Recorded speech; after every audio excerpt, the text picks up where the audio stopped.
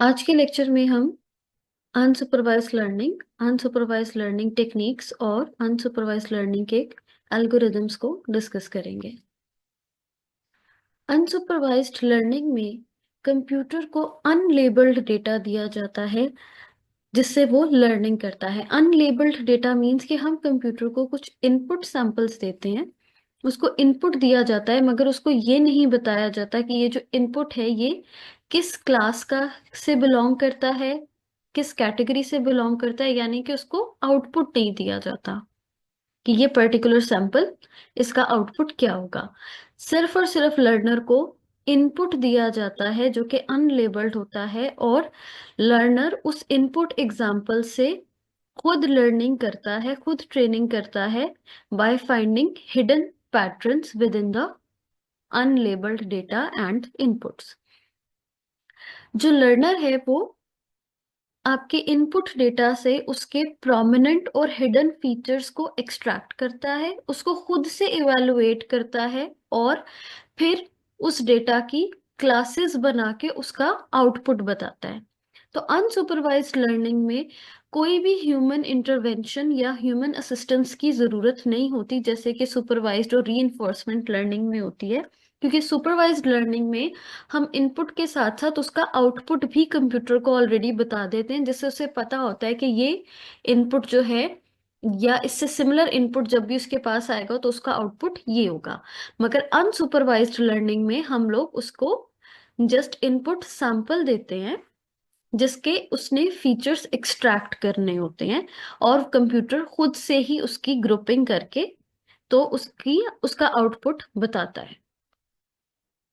जो common approach है unsupervised learning की वो है क्लस्टरिंग, यानी कि जो लर्नर है वो इनपुट सैंपल्स के कॉमन फीचर्स एक्सट्रैक्ट करेगा और उन फीचर्स की बेस पे उनके क्लस्टर्स बना लेगा, यानी कि उनकी ग्रुपिंग कर लेगा। तो ये एक्चुअली क्या है, ये सेल्फ लर्निंग कर रहा है without human intervention. Neural network में अनसुपरवाइज्ड लर्निंग के लिए जो कॉमन टेक्निक्स यूज होती हैं उसमें एक है सेल्फ ऑर्गेनाइजिंग मैप और अडेप्टिव रीजनेंस थ्योरी। ये commonly used unsupervised learning algorithm है जिसमें हम क्लस्टरिंग करते हैं। इस लेक्चर में हम सेल्फ ऑर्गेनाइजिंग मैप को डिस्कस करेंगे। जो एसओएम टेक्निक है, सेल्फ ऑर्गेनाइजिंग मैप, ये कोहेन ने डेवलप की थी इन 1980। और ये वाली जो टेक्निक है ये काफी एप्लीकेशंस में बहुत ज्यादा सक्सेसफुल प्रूव हो चुकी है, यानी कि क्लस्टरिंग में और अनसुपरवाइज्ड लर्निंग में के एल्गोरिदम्स अप्लाई करने में सेल्फ ऑर्गेनाइजिंग मैप जो है काफी सिनेरियोज में बहुत ज्यादा सक्सेसफुल है। इसी वजह से ये एक पॉपुलर न्यूरल नेटवर्क मॉडल है जो कि आपके कंप्यूटर की लर्निंग के लिए, एआई मशीन्स की लर्निंग के लिए बहुत ज्यादा यूजफुल है। बेस्ड ऑन अनसुपरवाइज्ड लर्निंग जैसा हम अभी डिस्कस कर चुके हैं कि इसमें कोई भी ह्यूमन असिस्टेंस की जरूरत नहीं होती। सिर्फ और सिर्फ ह्यूमन असिस्टेंस तब चाहिए होती है जब आपने अपने एआई सिस्टम को या नेटवर्क को डेटा देना होता है। उसके बाद जो भी फीचर्स एक्सट्रैक्ट करने हैं, जो भी क्लस्टरिंग होनी है, वो काम आपके एआई लर्निंग मशीन का है। इसी तरह सेल्फ ऑर्गेनाइजिंग मैप में भी डेटा की क्लस्टरिंग होती है विदाउट नोइंग कि उसका आउटपुट क्या है या वो किस कैटेगरी को बिलोंग करता है। तो ये क्लस्टरिंग किस तरह से होती है कि वो इनपुट के अंदर जितने भी उसके इनहेरिट फीचर्स हैं, बेसिक फीचर्स हैं, उनको एक्सट्रैक्ट किया जाता है और उसके प्रोमिनेंट फीचर्स की बेस पे उसे ग्रुपिंग की जाती है, उसके क्लस्टर्स बनाए जाते हैं। इसलिए इसको सेल्फ ऑर्गेनाइजिंग फीचर मैप भी कहा जाता है क्योंकि ये इनपुट डेटा के कॉमन फीचर्स को एक्सट्रैक्ट करता है। तो हमारे पास अनसुपरवाइज्ड लर्निंग में प्रॉब्लम क्या है कि सुपरविजन नहीं है। जैसे कि सुपरवाइज्ड लर्निंग में हमारे पास इनपुट के साथ साथ आउटपुट भी दिया गया था कि ये इनपुट इस आउटपुट को बिलोंग करता है। बट अनसुपरवाइज्ड लर्निंग में हमारे पास कोई भी टीचिंग असिस्टेंस नहीं है, means it is a learning without teacher. अब यहां पर अगर हम देखें हमारे पास डिफरेंट फूड आइटम्स हैं। अब अगर हम इन फूड आइटम्स की क्लस्टरिंग करेंगे तो किस बेस पे करेंगे, इनके कुछ कॉमन फीचर्स पे। जैसे हम जो लिक्विड्स हैं जो बेवरेजेस हैं उसकी एक अलग ग्रुपिंग बना सकते हैं, जो मीट आइटम्स हैं उसकी एक अलग ग्रुप बन सकता है क्योंकि उनमें कॉमन फीचर्स है। इसी तरह जो हमारी बेक्ड आइटम्स हैं ये सिमिलर हैं, तो इनके फीचर्स की बेस पे हम इनकी ग्रुपिंग कर सकते हैं। इसी तरह वेजिटेबल्स की अलग क्लस्टर बन सकता है और फ्रूट्स का अलग। जैसे कि यहाँ पर इस तरह से हम इन आइटम्स की ग्रुपिंग कर सकते हैं। यहाँ पर हमारे पास वेजिटेबल्स की अलग ग्रुपिंग है, ब्रेड्स की अलग है, फ्रूट्स की, मीट्स की, सी फूड आइटम्स का एक अलग क्लस्टर है। क्यों? क्योंकि इनके कुछ फीचर्स जो हैं वो कॉमन है और वो वाले फीचर्स जो हैं वो मीट वाली कैटेगरी से काफी डिफरेंट है, तो इसका एक अलग से क्लस्टर भी बन सकता है। अब अनसुपरवाइज लर्निंग कैसे होती है? अनसुपरवाइज लर्निंग ऑब्जर्वेशन से होती है। फॉर एग्जाम्पल, अगर हमने किसी एक स्टूडेंट को या किसी भी एक बच्चे को ट्रेन करना होता है, और स्टार्टिंग में उसकी लर्निंग कैसे होती है? उसकी ऑब्जर्वेंस के थ्रू होती है। इसी तरह जो स्टूडेंट्स हैं, ये आप उनको अगर कोई लैंग्वेज सिखाते हो तो वो कैसे लर्न करते हैं? ऑब्जर्वेशन के थ्रू। इसी तरह अगर हमने लैंग्वेज में डिस्टिंग्विशन करनी होती है, उसकी डिफरेंशिएशन निकालनी होती है, या एक न्यू लैंग्वेज को किसी दूसरी लैंग्वेज से डिफरेंट उसकी कैटेगरी बनानी होती है, तो हम क्या करते हैं? उसके अल्फाबेट्स, उसका राइटिंग स्टाइल, उसकी ग्रामर, उसकी बेस पे हम लैंग्वेज को डिफरेंशिएट करते हैं। तो इसी तरह अनसुपरवाइज लर्निंग को यूज करते हुए हम लैंग्वेजेस को भी की भी क्लस्टरिंग कर सकते हैं, उनकी ग्रुपिंग कर सकते हैं, क्योंकि उनके पैटर्न्स, उनका राइटिंग स्टाइल डिफरेंट होता है। इसी तरह हम लोग अनसुपरवाइज लर्निंग में रोबोट्स को भी ट्रेन कर सकते हैं, उनको कि वो इतने सेल्फ सफिशिएंट हो जाएं कि वो बाय यूजिंग अनसुपरवाइज लर्निंग वो क्लस्टरिंग कर सकें। तो बेसिकली अगर हम बायोलॉजिकली इस चीज को देखें, तो ये हमारा जो सेल्फ ऑर्गेनाइजिंग मैप मॉडल है, ये किस बेस पे, ब्रेन की किस स्टडी के ऊपर बेस करता है? अगर हम बायोलॉजिकली देखें तो हमारे जो ब्रेन का ये वाला एरिया है, फ्रॉम 17, 18, 19, जो बैकवर्ड एरिया है, इसको हम ब्रॉडमैन एरिया कहते हैं। ये वाला जो एरिया है ये हमारे विजन सिस्टम से लिंक्ड है, कि हम जो चीज ऑब्जर्व करते हैं अपनी ऑब्जर्वेशन की बेस पे हम उसकी ग्रुपिंग कर सकते हैं। होता क्या है कि हमारे पास इनपुट आता है, हमारी आईज के थ्रू हम, जो हमारी विजन है उसके थ्रू हम उसको ऑब्जर्व करते हैं, और हमारी आईज में जो रॉड्स एंड कॉन्स होते हैं वो उसको सेव करते हैं, और पीछे वो इमेज प्रोसेस होता है, प्रोसेस होके हमारे ब्रेन की तरफ जाता है। फिर ब्रेन में जाके वो हमारे न्यूरॉन्स और कॉर्टेक्स को हिट करता है, जिसमें से कोई एक स्पेसिफिक कॉर्टेक्स जो है उस एक चीज को ऑब्जर्व करता है और उसे स्टिमुलेट करता है, और उसके अकॉर्डिंगली रिस्पॉन्स करता है। इसी तरह उस कॉर्टेक्स के जो नेबरिंग कॉर्टेक्स हैं, जो बिल्कुल इमीडिएट है, वो भी उस चीज को सेम वे में ही स्टिमुलेट करते हैं, यानी कि ऑब्जर्व करते हैं। अब अगर हमारी आंख जो है कोई एक डिफरेंट ऑब्जेक्ट देखती है, तो सेम उसी तरह से हमारी विजन से वो रॉड्स एंड कॉर्न्स के थ्रू प्रोसेसिंग होके हमारे ब्रेन की तरफ जाता है। अब ये जो नेक्स्ट इमेज है वो प्रीवियस इमेज से डिफरेंट है, तो यहाँ पे हमारा वो सेम कॉर्टेक्स जो है वो एक्टिवेट नहीं होगा, यहाँ पे हमारा दूसरा कॉर्टेक्स एक्टिवेट होगा, और उसके नेबरिंग जो कॉर्टेक्स है वो उस चीज को ऑब्जर्व करेंगे। तो हमारे ब्रेन ने कैसे डिफरेंशिएट किया?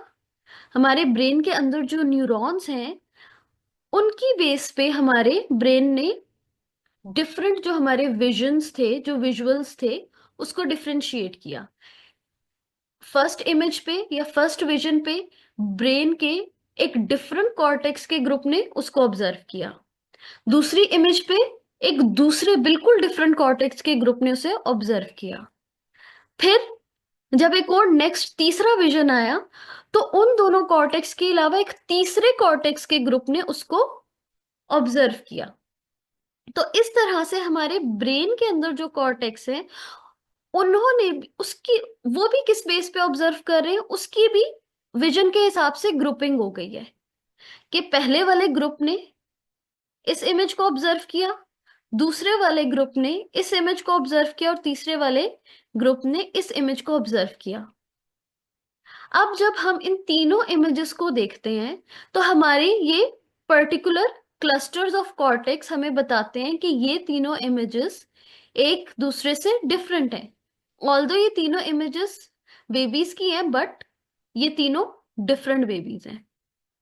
तो इस वजह से इस टेक्निक के थ्रू हमारा जो ब्रेन है वो क्लस्टरिंग करता है। तो हम एआई में क्या करते हैं कि हम, जिस तरह हम लोगों ने न्यूरल नेटवर्क्स पढ़ा कि हम अपने न्यूरॉन्स की एक मिमिक वर्जन बनाया है, हमने एक परसेप्ट्रॉन बनाया है जिसकी बेस पे हम कंप्यूटर की खुद से लर्निंग करवाते हैं, जस्ट लाइक ह्यूमन ब्रेन। तो इसी तरह यहाँ पे भी जो क्लस्टरिंग है उसमें भी बायोलॉजिकली क्या है कि हमारे न्यूरॉन्स और कॉर्टेक्स जो है वो हमारे ब्रेन के अंदर क्लस्टरिंग करते हैं। अब उसी बिहेवियर को जो है साइंटिस्ट ने उसको एल्गोरिदम की फॉर्म में लाने की कोशिश की है कि ताकि हम अपने एआई सिस्टम्स को या न्यूरल नेटवर्क्स को इस तरह से ट्रेन कर सकें कि वो ऑटोमेटिकली फीचर्स को एक्सट्रैक्ट कर सकें। अब हमारे पास जिस तरह इमेजेस आती हैं जो हम ऑब्जर्व करते हैं, हमें उसके साथ आउटपुट या लेबल नहीं दिया जाता कि ये वाली जो इमेज है ये पिछली से डिफरेंट है या सिमिलर है। हम लोग खुद से ऑब्जर्व करते हैं और खुद ही से हम अंदाजा लगा लेते हैं कि ये इमेजेस जो हैं वो डिफरेंट है। तो इसी तरह हमने एल्गोरिदम्स के थ्रू कंप्यूटर को और एआई सिस्टम्स को ट्रेन करना होता है।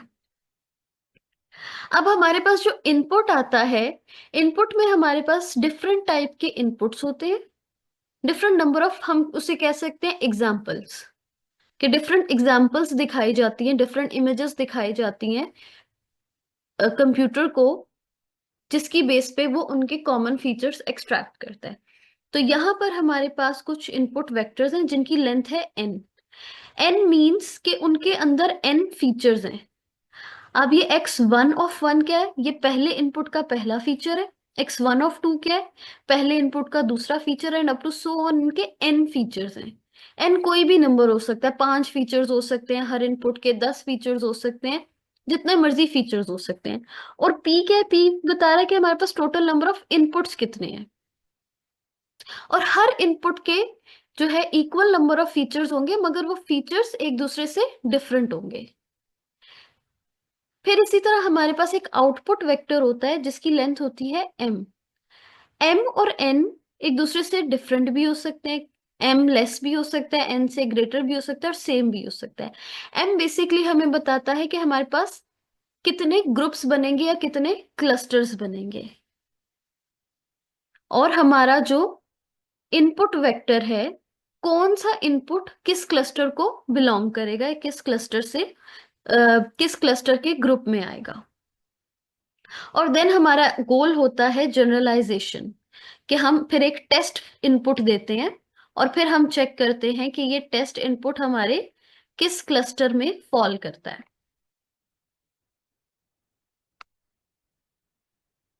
अगर हम इसका नेटवर्क आर्किटेक्चर देखें, जिस तरह न्यूरल नेटवर्क्स का आर्किटेक्चर होता है, तो सेल्फ ऑर्गेनाइजिंग मैप में भी हमारे पास दो लेयर्स होती हैं। एक इनपुट लेयर्स होती है जिसमें हमारे पास n यूनिट्स होते हैं, मींस कि उसके n परसेप्ट्रॉन्स होते हैं।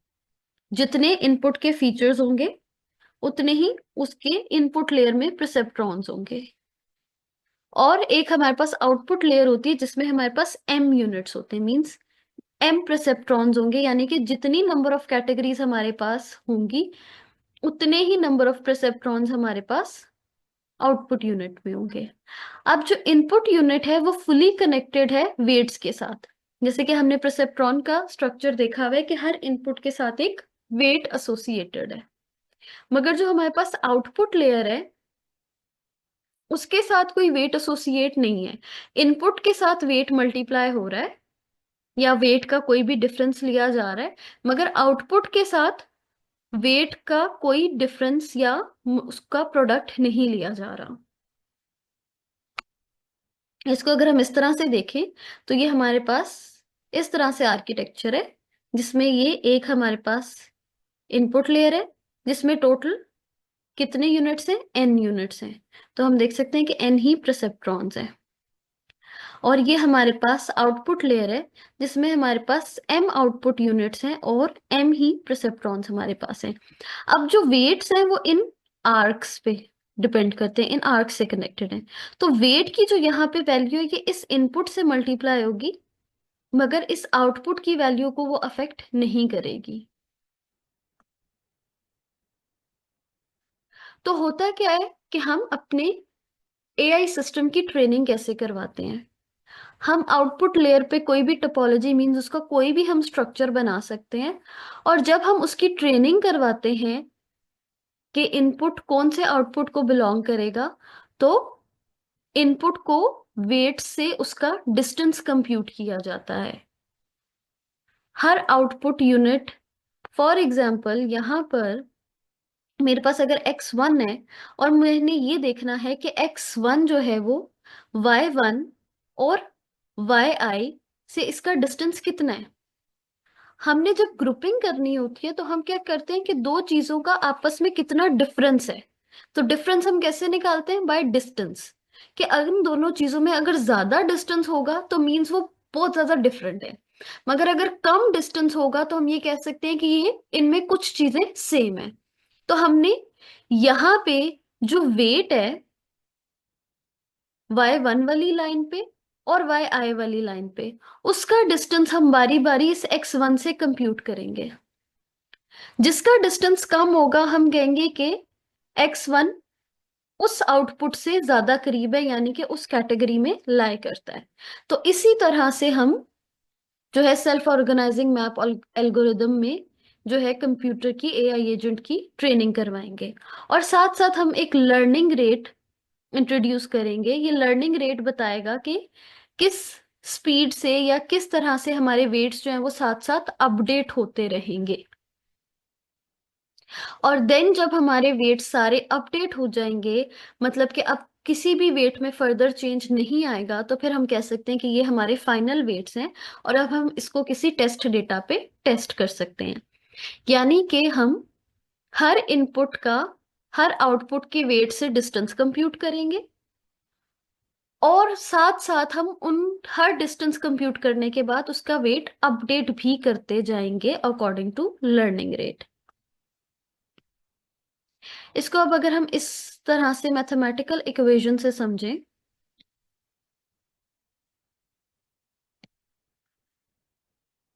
तो हमारे पास क्या है कि हमने जो डिस्टेंस है नेबरहुड के, स्टार्टिंग में हमने सारे डिस्टेंस को कर दिया 0। उसके बाद हमने कोई से भी वेट्स ले लिए जो कि इनपुट से आउटपुट के दरमियान में होंगे।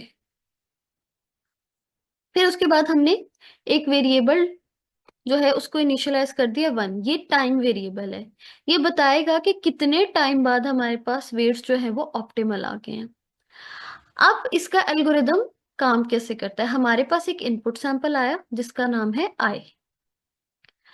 अब उस आई का हमने डिस्टेंस कंप्यूट करना है डब्ल्यू जी से।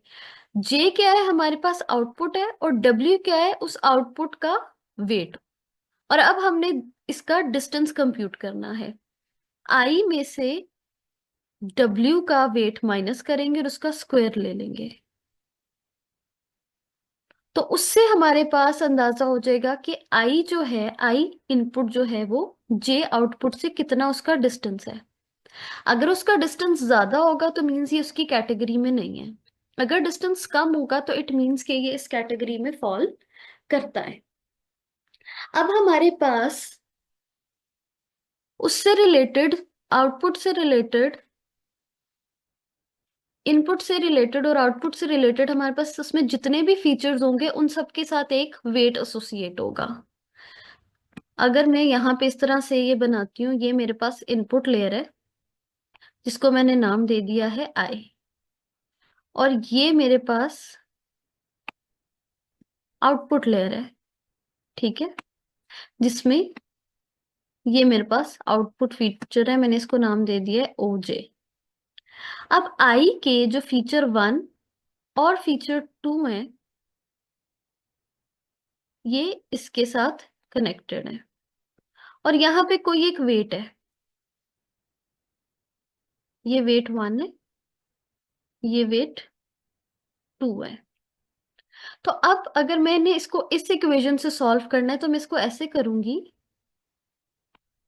आई का 1, उसका मैं डिस्टेंस कंप्यूट करूंगी W1 से, और मैं उसका ले लूंगी स्क्वायर। देन मैं इस वाले फीचर का इस W2 के साथ भी डिस्टेंस कंप्यूट करूंगी,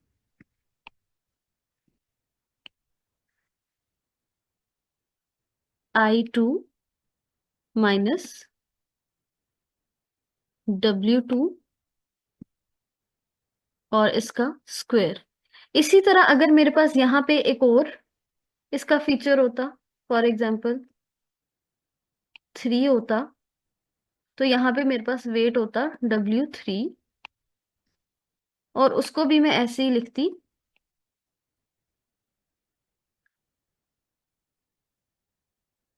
I3 माइनस W3 और उसका स्क्वायर। अब इन तीनों को मैं ऐड करूंगी और मेरे पास एक वैल्यू आ जाएगी। तो अगर मैं इस इक्वेशन को जनरलाइज करूं तो मेरे पास वो इस तरह की इक्वेशन बन जाएगी, क्योंकि मैंने इसका ये समीशन ले लिया है यहाँ पर। तो ये मेरे पास एक जनरल फॉर्मूला बन गया है। तो मैं हर इनपुट के लिए हर आउटपुट के साथ इस तरह से ये इक्वेशन अप्लाई करूंगी। उसके बाद मैं उसका डिस्टेंस देखूंगी, और अगर डिस्टेंस मेरे पास ठीक नहीं होगा तो फिर मैं वेट्स को अपडेट कर दूंगी। अब वेट्स क्या है, ये डब्ल्यू की जो वैल्यूज है हम इनको अपडेट करेंगे। अब वो अपडेट कैसे होगा, जो यहाँ पर डब्ल्यू जे है उसकी पहले वाली वैल्यू, यहाँ पर ये जो है एन, ये हमारा लर्निंग रेट है। ये हम कोई भी सेलेक्ट कर सकते हैं 0 से 1 के दरमियान में। फॉर एग्जाम्पल यहाँ पे ये 0.5 होगा, और इसको हम मल्टीप्लाई कर देंगे जो भी हमारे पास डिस्टेंस की वैल्यू आई थी उसके साथ, और हम इसको पुराने वेट में ऐड करेंगे तो हमारे पास नए वेट की वैल्यू आ जाएगी। सबसे पहले यहाँ पर हमारे पास T1 था, तो यहाँ पर जो फर्स्ट टाइम था, फर्स्ट आइट्रेशन था, उसकी वैल्यू आएगी। मगर नेक्स्ट आइट्रेशन में हम T में 1 प्लस कर देंगे, तो यहाँ पर अब T क्या हो गया, हमारे पास 2 हो गया है। तो अब ये हमारे पास जो T2 है, जो नेक्स्ट आइट्रेशन का वेट है, उसका अपडेटेड वेट आया है। और फिर हम उसके साथ जो है वो टी को भी इंक्रीमेंट करेंगे, और ये स्टेप्स उस वक्त तक रिपीट होते रहेंगे जब तक हमारे वेट्स जो है वो प्रॉपरली अपडेट नहीं हो जाते, या फिर जब हम वेट को अपडेट करें और उनमें कोई सिग्निफिकेंट चेंज ना आए। अगर हम कहते हैं कि हमारे पास पहले जो है वो वेट की वैल्यू फॉर एग्जाम्पल थी 0.2, और नेक्स्ट टाइम जो है वो वेट की वैल्यू आई है 0.76, तो ये जो डिफरेंस है ये सिग्निफिकेंट डिफरेंस है। तो इट मीन्स हम इसको दोबारा से अपडेट करेंगे।